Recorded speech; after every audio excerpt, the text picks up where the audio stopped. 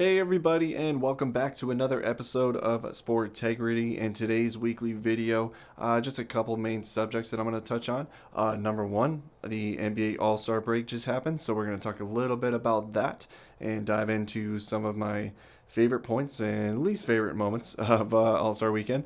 And we're also going to talk about college basketball. Check out the last week of all the games that happened and which teams are trending in the right direction and which teams are slipping a little bit and falling down the rankings. So, with all of that, I'm ready to dive right into it. So, let's not waste any time. My name is Chad O'Shea, and I'm ready to talk some sports. So, let's get into it.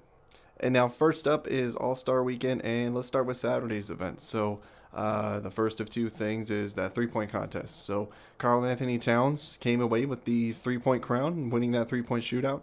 And he is just the second tallest player in NBA history to win the 3 point shootout. The other one, or the tallest of all time, was Dirk Nowitzki back all the way in 2006. So, it's been a while since someone that tall won a 3 point title. But, especially in today's game, I think it's just a symbol of how the game is evolving to have a guy like Cat be as efficient from the 3 point line and, come away with the event victory.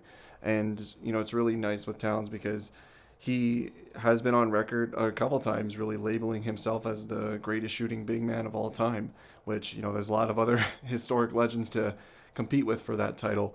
But I think Towns is off to a great start to really start proving that label. Definitely an honor like this, winning the 3 point crown, really helps him kind of add some confidence to that level of his game and really continue to lead the Timberwolves this year into hopefully a playoff spot. And would definitely love to finally see my Timberwolves back in the playoffs. And I think him and Edwards are really going to do a good job of leading that franchise to the future. But with Towns, another great story with his performance. He got special permission from the NBA league offices to wear a chain during the event to honor his late mother. So, Towns, of all, athletes, of all people out there, has really had a rough last couple of years with COVID, losing some family members, and one of those being his mother. And so just kind of dedicating that performance to her was just nice to see. And he's just really a likable guy and a likable star for the NBA. So hopefully he keeps growing and, not only has that shooting aspect, but really becomes one of the top superstars in the league. And definitely a nice night for him. And a not so good highlight of All-Star Weekend was the dunk contest. So Saturday night, if you watched it, I'm sorry because I watched it and it just was not very exciting. The last few years, it seems like the dunk contest has just really fallen off a cliff as far as the entertainment value and just the ability to really get people talking about it.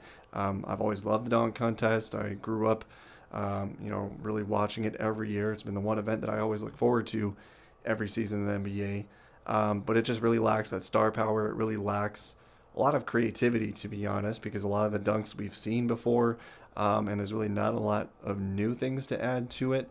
But there is still some hope. I mean, it was only a few years ago where we had that awesome duel between Zach LaVine and Aaron Gordon in the finals. So I still have hope that, we can see some good dunks, see some good dunkers in that contest in the next few years. But it's on life support right now because, there really wasn't any big names this year or any notable dunkers. Obi Toppin won it, and he's a pretty good dunker. But when you look at what could be in the contest, like guys like John Morant or Anthony Edwards or some other stars that no doubt would have a good performance in that event.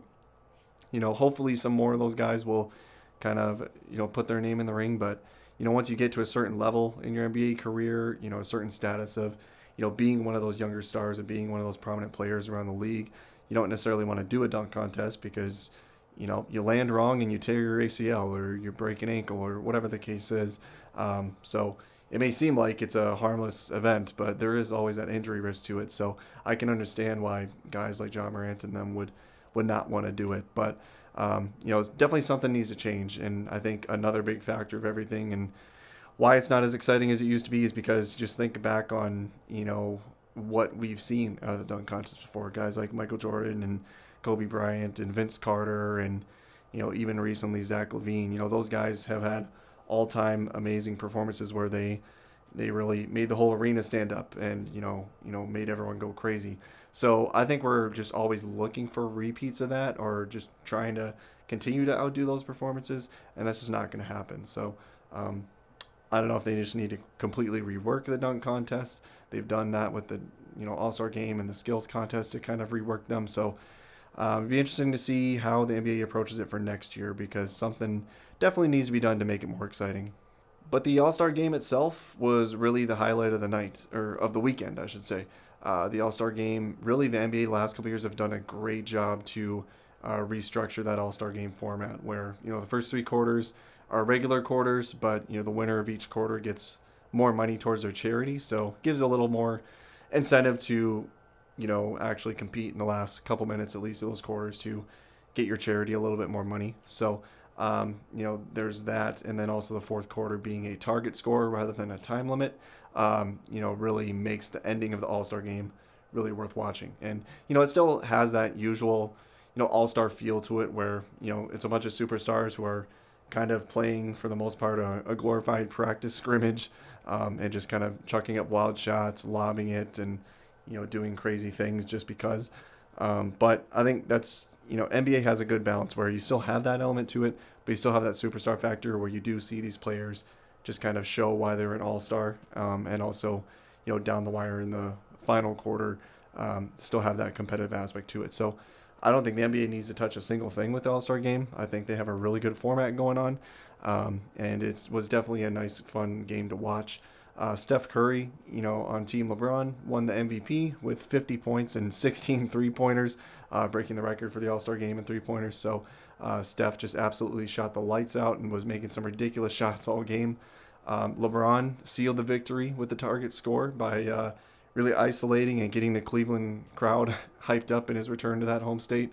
And LeBron knocked down the dagger in his signature turnaround fadeaway jumper style. So that was really fun to watch, where LeBron just kind of sealed it. And also last week, heading into the All-Star game, I previewed Joel Embiid as a big name to watch. And at least on the losing side for Team Durant, Joel Embiid led the way with 36 points. So without a nuclear performance from Curry, I think Embiid might have won the MVP. So I was very close to having that pick right. But like I said, overall, very fun All-Star game, and hopefully the NBA keeps this format, and it's still going to be something to look forward to during All-Star weekend. So now let's look at college basketball in the last week of what was going on. So I kind of previewed it last week, where it was a week where a lot of weird things could happen. And again, college basketball didn't disappoint. Gonzaga is looking like the only consistently dominant team in the country right now. You had Auburn that fell to an unranked Florida. You have Kentucky did a good job where they beat Alabama without their starting backcourt. So Kentucky proving just how good they can be if they're on their game. You have Kansas, who's really solidifying their spot atop the Big 12 as one of those dominant contenders yet again. But they still have some weaknesses to work on, and they'll have a big game against Baylor this week to kind of prove themselves a little bit more. Even tying back to Gonzaga as really that top team in the country, they're not without their wrinkles either. They have a couple games to finish the season against the second and third best teams in their conference. So although they're by far and away the best team in their conference, they're not perfect, and I would not be surprised if Gonzaga drops one of those games, or at least gets an upset threat from San Francisco or St. Mary's this week. So keep an eye out on that, where Gonzaga looks like they're pretty dominant, but they can be had. They can, there's some upset potential there. Otherwise, in the Big Ten Conference, you got Purdue that's really separating themselves as probably by far and away the most threatening team in that conference. You have other teams up there with Illinois, Michigan State, and Wisconsin and those teams, but I just don't think they're a very big threat, because they win one game and then they drop another, and just very inconsistent. So I think Purdue by far is the best team that's going to come out of the Big Ten. And then over in the Big East, you have Villanova came away with a big win against Providence. So that was kind of a 10-8 matchup where Villanova beat number 8 Providence this last week. They will meet again next week from Tuesday. So there is a chance for Providence to even the score and get back in the win column and hand Villanova a loss there. But Villanova is kind of creeping their way up the rankings a little bit on their own right as well. But overall, it's about that time where college basketball is heating up. And I especially feel this year, more than a lot of other years, it's going to be upset mania. There's going to be a lot of underdogs, a lot of, low-ranked teams that are going to make some runs here in this tournament because, like I said, Gonzaga is really the only team that hasn't really shown too many flaws. Every other team, the Auburns, the Kentuckys, the Kansases, the Baylors, all of those teams have dropped some games and have looked vulnerable at times. So I would not be shocked at all if this year in March Madness we're seeing a 4 seed or lower make it all the way to that title game and maybe even come away with the championship this year. So definitely very excited for those brackets to come out and fill out those brackets, and I'll have a lot of teams that I will love for some upsets. So stay tuned in the next couple weeks, and we'll go down that and we'll break it down, and I'll help you with your brackets here coming up soon because it's definitely the best time of year. And with the Winter Olympics, just to touch on those a little bit, those are fully wrapped up. The United States finished, I believe, 5th in total in medal count. So not exactly towards the top of anything as far as total medals, but we were able to get a good amount of gold medals in some events. And, there were some letdowns, in snowboarding and hockey and some other different sports where, United States were some of the favorites, but just fell short a little bit. But overall, definitely always nice to see the Olympics go smoothly, especially with some of the conflict going on around the world on that side of the world. Definitely just love to see everything, come together pretty well, on the courts and on the fields. And, the Olympics are always something to look forward to. And, wasn't really too much that stood out too far for me. I didn't really watch too much of the Olympics just because, like I said last week, there's just so many events to keep up with, and only so much time you can dedicate to watching sports. So definitely sucks to see the Olympics go, but before we know it, we'll have the Summer Olympics coming up too. So always have something to look forward to on that end. And speaking of looking forward, there's really only a couple things that I have in mind to keep an eye out for this week in what's coming up in sports. The big matchup in college basketball that I'm looking at is Kansas versus Baylor, 2 top 10 teams, the 2 top teams in the Big 12 conference. Win there for either team is going to be huge. For Baylor, you get a chance to get some redemption against Kansas, where a couple weeks ago they went into Lawrence and got absolutely smoked by the Jayhawks in Kansas. But now, Kansas on the other end, they have a chance to back up that performance with another win against Baylor and sweep them for the season, which would look very good on their resume as they solidify a 1 seed. So I think, Kansas and Baylor is really going to be the game of the week. But also on Saturday, there's lots of other great matchups in college basketball. You got, let's see, what do we got here? You got Kentucky and Arkansas, Auburn, Tennessee, Purdue, Michigan State, and really a bunch of other ranked teams that are taking on unranked teams that are on some upset alert status as well. So this time next week, we may be looking at a much different landscape as far as the rankings in college basketball.